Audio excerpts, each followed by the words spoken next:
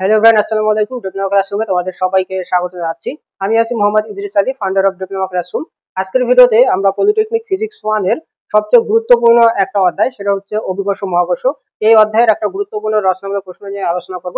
তো সেই প্রশ্নটা হচ্ছে মূলত ভূমি থেকে এইচ উচ্চতায় জি এর মান নির্ণয়ের যে রাশিমালাটা আছে বা জি এর মান নির্ণয়ের যে সমীকরণটা আছে, এই সমীকরণটা প্রতিপাদন করাবো। ঠিক আছে, তো এখানে মূলত জি এর মান নির্ণয়ের জন্য জি প্রাইম ইজ ইকুয়াল হচ্ছে জি ইন্টু 1 মাইনাস 2h ডিভাইডেড হচ্ছে আর। এই সূত্রের যে প্রমাণটা আছে, এই প্রমাণটা আমরা করাবো। ঠিক আছে, তো এই সূত্রের প্রমাণ করার আগে আমাদেরকে তো অবশ্যই অভিকর্ষ যে অভিকর্ষ যে বল আছে, এই অভিকর্ষ বল নির্ণয়ের যে সূত্র আছে সেইগুলো তো বুঝতে হবে, তাই না? তো আমরা কিন্তু এর আগে ভিডিওতে আমরা দেখেছিলাম যে যদি দুইটা বস্তুর মধ্যে যদি কোনো একটা পৃথিবী হয়, তাহলে দুইটা বস্তুর মধ্যে, তাহলে ধরো যে এটা হচ্ছে পৃথিবী। তো এখানে যদি আমরা কোনো একটা বস্তু নেই, আর এখানে এটা হচ্ছে কি পৃথিবীর কেন্দ্র। ঠিক আছে, তো পৃথিবীর ভর হচ্ছে বড় এম, এবং পৃথিবীর কেন্দ্র থেকে ভূপৃষ্ঠ পর্যন্ত যে দূরত্ব, এটা হচ্ছে পৃথিবীর ব্যাসার্ধ, যেটাকে আমরা প্রকাশ করি হচ্ছে কি দ্বারা, বড় আর দ্বারা কিন্তু প্রকাশ করি। তো এখন দেখো যে যদি পৃথিবীর ভূপৃষ্ঠের মধ্যে কোনো একটা বস্তু থাকে, তো তখন এই বস্তু এবং এই পৃথিবীর যে মধ্যবর্তী আকর্ষণ বল, সেই আকর্ষণ বল নির্ণয়ের সূত্রটা কি হবে, এফ ইকুয়াল হবে হচ্ছে জি ইন্টু বড় এম ছোট এম ডিভাইডেড হচ্ছে কি আর স্কোয়ার। এই সূত্রটা কিন্তু হবে। ঠিক আছে, এটা কিন্তু আমরা সবাই জানি। তো এখানে বড় এম বলতে পৃথিবীর ভর, আর ছোট এম বলতে পৃথিবীর ভূপৃষ্ঠে যে বস্তুটা আছে তার ভর। তো আমরা এই সূত্রটা কিন্তু লিখতে পারি। ঠিক আছে, এরপর দেখো যে আমরা এই এফ সমান, আবার আমরা জানি যে এফ সমান কি হয়, এম জি কিন্তু হয়। সো আমরা এফ এর জায়গায় যদি আমরা এম জি দেই, সো এম জি ইকুয়াল হচ্ছে জি বড় এম ছোট এম ডিভাইডেড হচ্ছে কি আর স্কোয়ার কিন্তু হয়। তো এখানে দেখো যে এই এম এবং এই এম কাটা যায়, এবং সর্বশেষ আমরা একটা সূত্র পাই জির মান নির্ণয়ের জন্য, সেটা হচ্ছে জি এম ডিভাইডেড হচ্ছে আর স্কোয়ার। আমরা কিন্তু এই সূত্রটা কিন্তু পাই জির মান নির্ণয়ের জন্য। ঠিক আছে, তো এইটা কখন, যখন পৃথিবীর ভূপৃষ্ঠের উপর কোনো একটা বস্তু থাকবে, তখন জির মান নির্ণয়ের সূত্র হচ্ছে এটা। তো তোমাদের কিন্তু সংক্ষিপ্ত প্রশ্নের মধ্যে কিন্তু আসতে পারে যে জি এবং মানে অভিকর্ষিত ত্বরণ এবং মহাকর্ষীয় ধ্রুবক, অর্থাৎ এই ছোট জি এবং বড় জি, এটার মধ্যে সম্পর্ক স্থাপন করো। তো যদি সম্পর্ক স্থাপন করতে বলে, তো তখন তোমরা দুইটা সমীকরণ লাগবা। এটা একটা সমীকরণ, আর একটা হচ্ছে এফ ইকুয়াল এম জি, এটা একটা সমীকরণ। তো 1 এবং 2 নং যদি তোমরা সমন্বয় করো, তখন কিন্তু তোমরা এই সমীকরণ পাবা। তো এইটা যদি অ্যান্সার দাও, তাহলে কিন্তু হয়ে যাবে। যদি প্রশ্নের মধ্যে তোমাদেরকে অভিকর্ষিত ত্বরণ এবং মহাকর্ষীয় ধ্রুবকের মধ্যে সম্পর্ক স্থাপন করতে বলে, তখন তোমরা এই সূত্র নিয়ে আসলেই কিন্তু হয়ে যাবে। ঠিক আছে, তো এখান থেকে দেখো যে আমরা জির মান নির্ণয়ের সূত্র কি পাই, জির মান নির্ণয়ের সূত্র কিন্তু এইটা পাই, জি এম ডিভাইডেড হচ্ছে আর স্কোয়ার। তো আমাদেরকে কিন্তু এইটা লেখা লাগবে যদি ভূপৃষ্ঠে কোনো বস্তু থাকে। ঠিক আছে, তাহলে আমরা এখানে লিখবো যে ভূপৃষ্ঠে ভূপৃষ্ঠে জি এর মান, তাহলে ভূপৃষ্ঠে জি এর মান, তাহলে আমরা এখানে কি রাখতে পারি, জি ইকুয়াল হচ্ছে জি এম ডিভাইডেড হচ্ছে কি আর স্কোয়ার। তাহলে এইটাকে আমরা দিব হচ্ছে 1 নম্বর সমীকরণ। ঠিক আছে, এখন আমাদের প্রশ্নের মধ্যে কি বলছে একটু লক্ষ্য করো। তো প্রশ্নের মধ্যে বলছে যে ভূপৃষ্ঠ থেকে বা ভূমি থেকে এই উচ্চতায় যদি কোনো একটা বস্তু রাখা হয়, তখন জির মানটা কত হবে। তাহলে এখন দেখো যে এটা হচ্ছে ভূপৃষ্ঠ, তো এখান থেকে যদি আমরা এই জায়গায় যদি কোনো একটা বস্তুকে রাখি, তো এদের মধ্যবর্তী দূরত্ব ধরো যে এইচ পরিমাণ। তো যদি আমরা এই জায়গায় যদি কোনো একটা বস্তু রাখি, তো তখন এই জি এর মানটা কত হবে, আমাদেরকে সেইটা বের করতে বলছে।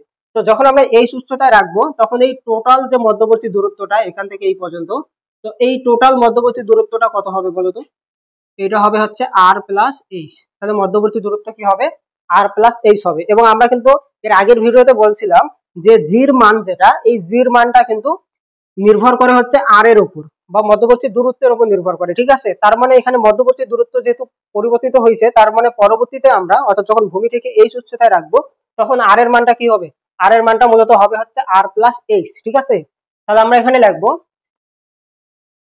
আচ্ছা আমি এটা মুছাই দিই একটু, এগুলো যেহেতু আমাদের লাগবে না, তাহলে এগুলো আমরা মুছাই দিলাম। এরপর আমরা লিখবো যে ভূমি হতে এইচ উচ্চতায়, তাহলে ভূমি হতে এইচ উচ্চতায় যদি হয়, তো তখন আমরা একটা লিখলাম যেহেতু জি, তো পরেরটা আমরা লিখবো হচ্ছে জি প্রাইম। তাহলে জি প্রাইম ইজ ইকুয়াল কি হবে, জি এম ডিভাইডেড হচ্ছে, এখন আর এর জায়গায় কি হবে, আগে তো মধ্যবর্তী দূরত্ব এইটুকু ছিল, বাট এবার মধ্যবর্তী দূরত্ব কি এখান থেকে পুরোটাই কিন্তু। তাহলে এখানে আমরা কি দেবো, আর প্লাস হচ্ছে এইচ, তারপর পুরো উপর কি হবে, স্কোয়ার হবে। তো এইটা হচ্ছে আমাদের 2 নম্বর সমীকরণ। তো এখন আমরা যেটা করব, এখন আমরা 2 নং সমীকরণকে 1 নং সমীকরণ দ্বারা ভাগ দেব। ঠিক আছে, তাহলে 2 ভাগ হচ্ছে 1 নং সমীকরণ করে পাই। তো 2 নম্বরটাকে যদি আমরা 1 নম্বর সমীকরণ দ্বারা ভাগ দিই তাহলে 2 নম্বর সমীকরণ কি, জি প্রাইম ডিভাইডেড এটা কি জি ইজ ইকুয়াল, তারপর কি হবে এইটা ভাগ হবে এইটা, তাহলে জি এম ডিভাইডেড হচ্ছে আর প্লাস এইচ তারপর হচ্ছে স্কোয়ার, এবং নিচে ভাগ অবস্থায় কোনটা থাকবে, এই দিকের মানটা কিন্তু ভাগ অবস্থায় থাকবে। ঠিক আছে, তো যদি ভাগ অবস্থায় থাকে তাহলে ভাগটা উল্টে কি হবে, গুণ হবে। তো তখন হরেরটা লবে যাবে, লবেরটা হরে আসবে। তো আমরা একবারে গুণ করে দিলাম, তাহলে তখন উপরে যাবে হচ্ছে আর স্কোয়ার আর নিচে থাকবে হচ্ছে কি জিএম, নিচে কি থাকবে জিএম থাকবে। তো এরপর দেখো আমরা যেটা করতে পারি, জি প্রাইম ডিভাইডেড হচ্ছে জি ইজ ইকুয়াল, এই জিএম এবং এই জিএম কিন্তু কাটা যায়, তাহলে উপরে কি থাকে আর স্কোয়ার থাকে ডিভাইডেড, এখানে দেখো এটা হচ্ছে এ এটা হচ্ছে বি, তার মানে কি এ প্লাস বি অল স্কোয়ারের সূত্র, তাহলে কি হবে আর স্কোয়ার প্লাস হচ্ছে 2 ইন্টু আর ইন্টু এইচ প্লাস হচ্ছে কি এইচ স্কোয়ার, তার মানে কি আমরা এ প্লাস বি অল স্কোয়ারের সূত্র ইউজ করলাম। এর পরের লাইনে দেখো আমরা কি লিখতে পারি, জি প্রাইম ডিভাইডেড হচ্ছে জি ইজ ইকুয়াল, এই যে এখানে লবে আর স্কোয়ার আছে না, তো আমরা লব এবং হরকে কিন্তু একই সংখ্যা দ্বারা ভাগ দিতে পারি, একই সংখ্যা দ্বারা ভাগ দিলে কিন্তু কোনো সমস্যা নেই। যেমন ধরো যে 5/3, তো আমরা যদি এখানে লব যেটা আছে লবটাকে যদি আমরা 2 দ্বারা ভাগ করি তাহলে ভাগ 2, এখানেও ভাগ হচ্ছে 2, তো যদি আমরা 2 দ্বারা ভাগ করি তাহলে দেখা যাবে যে আবার ভাগ উল্টে গুণ হবে পরবর্তী লাইনে, তার মানে 5 গুণন 2 হবে, এইদিকে নিচে 3 গুণন কি হবে 2 হবে। তো এই 2 এবং এই 2 কিন্তু কাটা যাবে, আলটিমেটলি আমাদের কিন্তু 5/3 যেটা ওইটাই কিন্তু থাকবে। তার মানে আমরা একই সংখ্যা দ্বারা লব এবং হরকে চাইলে গুণ করতে পারি, আবার চাইলে ভাগ করতেও কিন্তু পারি। ঠিক আছে, তো এখানে আমরা যেহেতু আর স্কোয়ারটাকে আমরা কেটে দিতে চাচ্ছি, তো এই কারণে আমরা লবকেও আর স্কোয়ার দ্বারা ভাগ করব, আবার হরকেও কি করব আর স্কোয়ার দ্বারা ভাগ করব। তাহলে লবকে আর স্কোয়ার দ্বারা ভাগ করলে উপরে থাকে হচ্ছে 1 ডিভাইডেড, যদি আমরা হরকে ভাগ করি তাহলে আর স্কোয়ারকে ভাগ করলে এখানে কি থাকে 1 থাকে, প্লাস তারপর এটাকে যদি এর নিচে যদি আমরা আর স্কোয়ার দিয়ে ভাগ দেই তাহলে একটা আর কাটা যায়, নিচে কিন্তু আরো একটা আর থাকে, তার মানে এখানে কি থাকবে 2h ডিভাইডেড হচ্ছে আর, তারপর হচ্ছে প্লাস এখানে কি থাকবে h স্কোয়ার ডিভাইডেড হচ্ছে কি আর স্কোয়ার, তার মানে পরবর্তী লাইনে কিন্তু আমাদের এটা চলে আসলো। ঠিক আছে, এরপর দেখো যে এখানে জি প্রাইম ডিভাইডেড হচ্ছে জি, এখানে একটা বিষয় দেখো যে এটাকে যদি আমরা এ ধরি এবং এটাকে যদি বি ধরি তাহলে দেখো যে এটা হচ্ছে কি এ স্কোয়ার, মানে ওয়ানটাকে যদি আমরা স্কোয়ার করি তাহলে তো ওয়ানে থাকে তাই না, তার মানে এ স্কোয়ার প্লাস এখানে দেখো যে 2 আছে না, সূত্রে 2 কিন্তু আছে, তার মানে আমরা এই লাইনটাকে এইভাবে লিখতে পারি 1 স্কোয়ার প্লাস, তারপর এখানে 2 গুণ আছে না, তার মানে আমরা 2 ইন্টু দিতে পারি, 2 ইন্টু হচ্ছে এ বলতে হচ্ছে 1, তারপর হচ্ছে বি বলতে কি বি বলতে হচ্ছে এইচ বাই আর, তার মানে আমাদের 2ab হইলো, এরপর কি লাগবে বি স্কোয়ার, তো বি স্কোয়ার বলতে বি বলতে কি আছে এইচ বাই আর,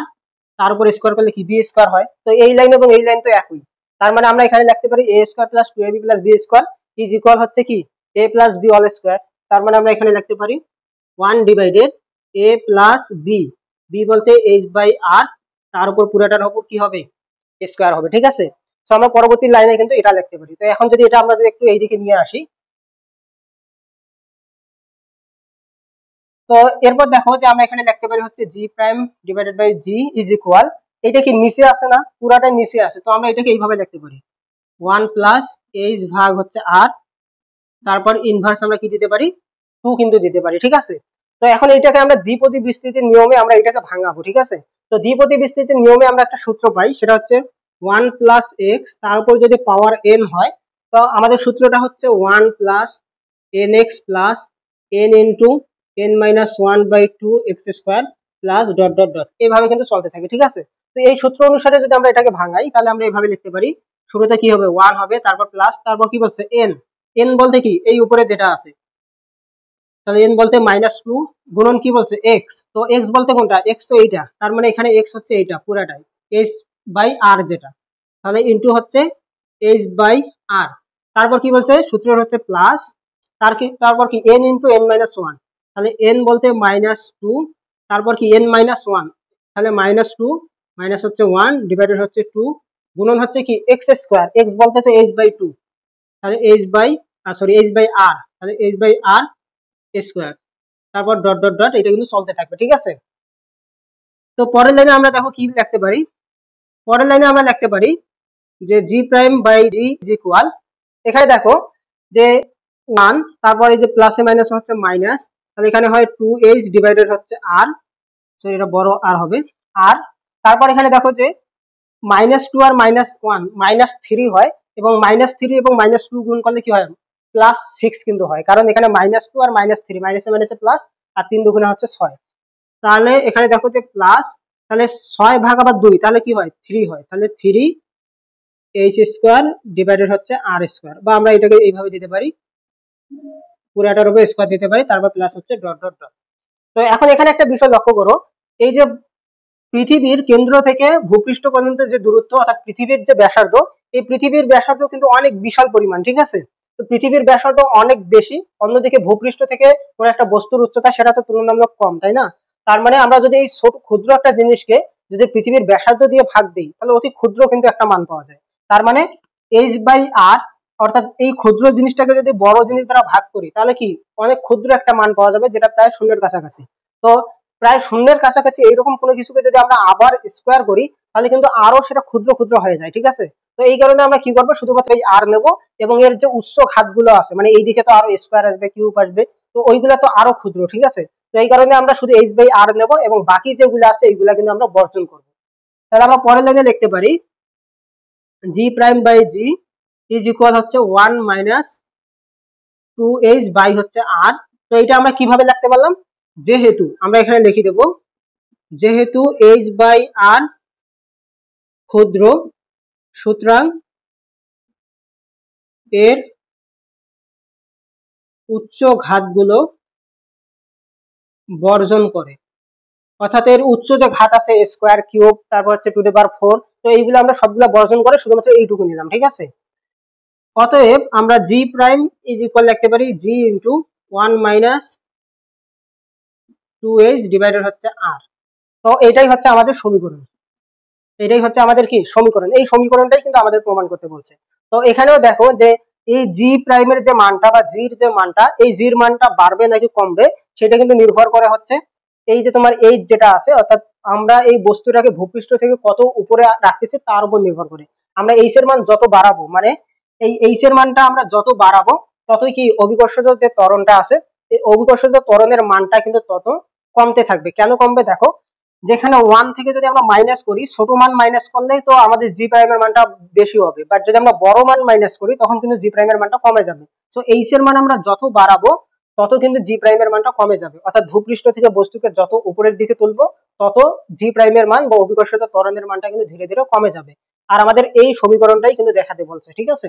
তো আশা করি তোমাদের কাছে সমীকরণটা ক্লিয়ার। তোমরা যদি এটা ভালোভাবে মনে রাখতে পারো, পরীক্ষার মধ্যে আসলে এইটুকু লিখলেই কিন্তু তোমাদের ফুল মার্ক দিয়ে দেবে। তো আজকের ভিডিওতে এই পর্যন্ত, দেখা হবে পরবর্তী কোনো ভিডিওতে পরবর্তী কোনো টপিক নিয়ে। সে পর্যন্ত সবাই ভালো থাকো, সুস্থ থাকো, আল্লাহ হাফেজ।